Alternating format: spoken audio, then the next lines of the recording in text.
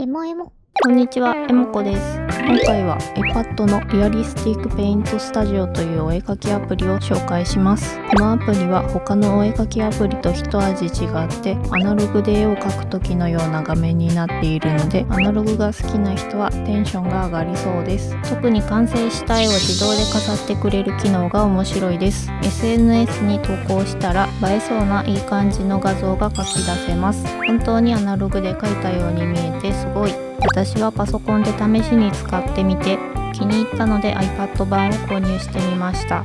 それでは早速描いていきます。アプリ起動。サンプルの絵がいろいろありますね。上にフォルダがあるので絵が増えたら整理できそうです。左のプラスをタップして新しいキャンバスを作ります。スタイルを選択。素描と水彩と油彩の3種類あります。スケッチブックやノート、キャンバスなど先に選んだスタイルに合わせた紙が選べるようになっているようです。選んだ紙によって水彩のにじみ方が変わったり絵の仕上がりが違ってきます。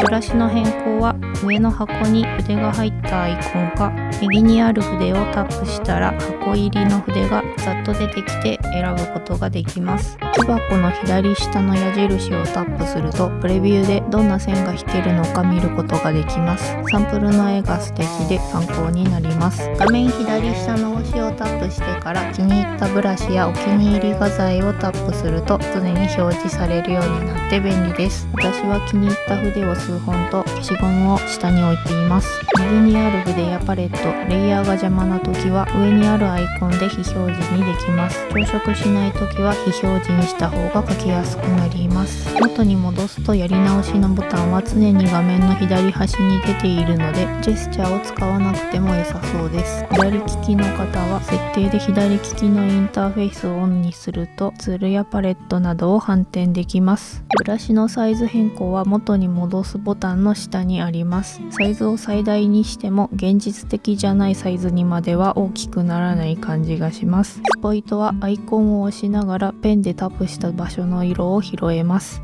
色は右上のところか右にパレットや絵の具が出ていたらタップして選んだりパレットで油絵の具を混ぜて使ったりもできるようです。すごい。この水彩のイラストは Mac で描いたものですが絵の具を紙に落としたり色が混ざって面白かったです。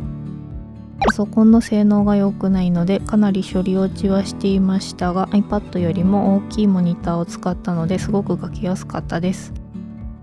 飾ってみるとこんな感じになってすごくいい絵に見えます。画面左上から画像を PNG か JPEG で保存できました。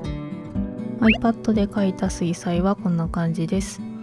素描の鉛筆を使ってみましたがペンを傾けると線幅が広くなったり筆圧もちゃんと出ました。サラサラっと描いた落書きでも綺麗に飾ってくれるので面白いです。油絵はイーゼルに立てた感じで描くのがいい感じです。このパレットがうまく使いこなせなかったのですが色を混ぜて取った絵の具を使えるようです。油絵を描くとだいたいモナリザの隣に飾られるので面白いです。